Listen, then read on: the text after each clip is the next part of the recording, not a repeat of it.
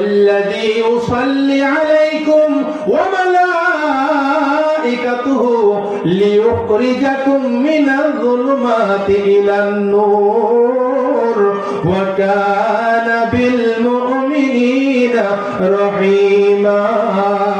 নবী গো, আপনাকে যারা মহব্বত করে, আপনার প্রতি যারা দরুদ পাঠ করে, আমি তার প্রতি রহমত নাযিল করি। শুধু আমি একটা রহমত নাযিল করি তাই নয়, আমার ফেরেশতার জগৎ তার জন্য মাগফিরাতের দোয়া কামনা করে, তার নাজাতের দোয়া কামনা করে।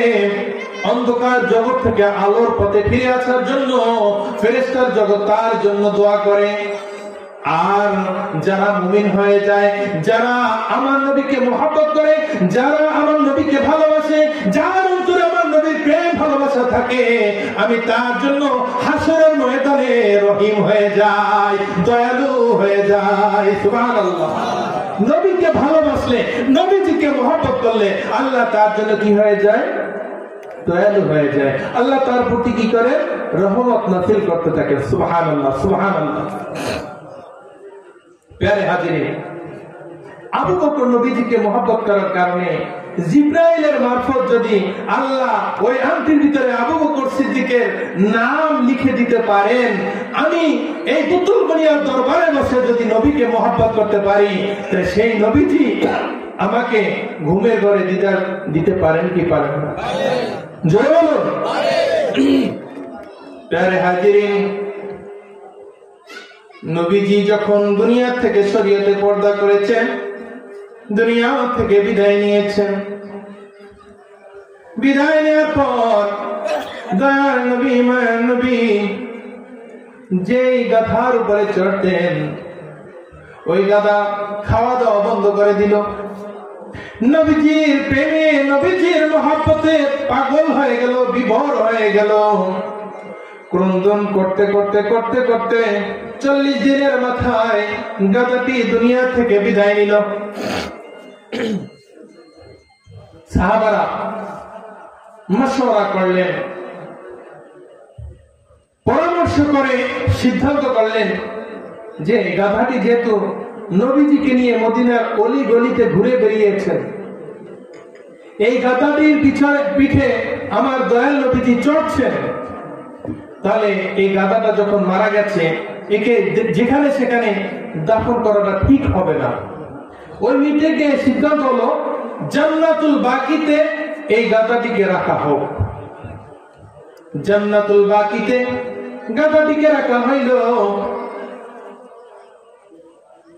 একদিন, 2 দিন, 3 দিন পার হয়ে যাওয়ার পর সাহাবারা চিন্তা করতে লাগলেন, ওই জান্নাতুল বাকিতে অনেক সাহাবীদের দাফন করা হয়েছে, সাথে গাধাকেও দাফন করা হয়েছে।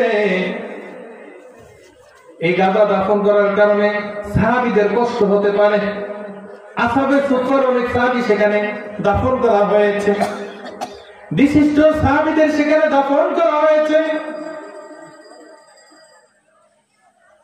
3 দিন পর সাহাবীদের মাঝে সিদ্ধান্ত হইল, এই গাধাটাকে উঠাইয়া অন্যত্রে কোথাও দাফন করা হবে, অন্যত্রে দাফন করা হবে। গাধাকে যেখানে দাফন করলেন, সেই জায়গাটিকে খোদাই করার পর গাধাকে পাওয়া যাচ্ছে না, গাধাকে সেখানে পাওয়া যায় না। সবাই চিন্তিত হয়ে গেলেন, পেরেশান হয়ে গেলেন। গাধাটি যাবে কোথায়? যদি পচেও যায়, সেখানে তো পশমও পড়ে থাকবে, সেখানে তো হাড়ও পড়ে থাকবে। 3 দিনে কি হাড়ও গলে নষ্ট হয়ে যায়নি?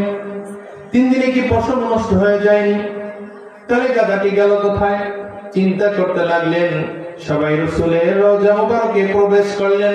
এমন সময় আওয়াজ আসলো, ও আমার সাহাবীরা রে, যেই গাধা আমাকে পিঠে করে মদিনার গলি গলি ঘুরাইলো, ওই গাধাকে তোমরা জান্নাতুল বাকিতে দাফন করলে।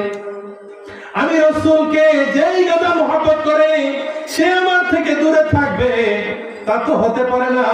এর জন্য আমি রাসূল ওই গাধাটাকে আমার নিকটে নিয়ে আসলাম। গাধাটাকে রাসূলের নিকটে নিয়ে আসছেন। গাধায় যদি নবীজিকে ভালোবাসে,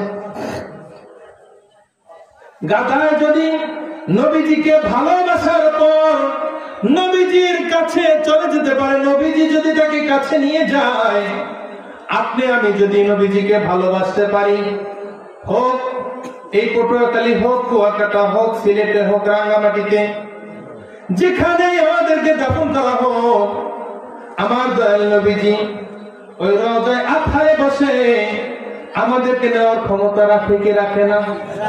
যেমন রাখে কি রাখে না?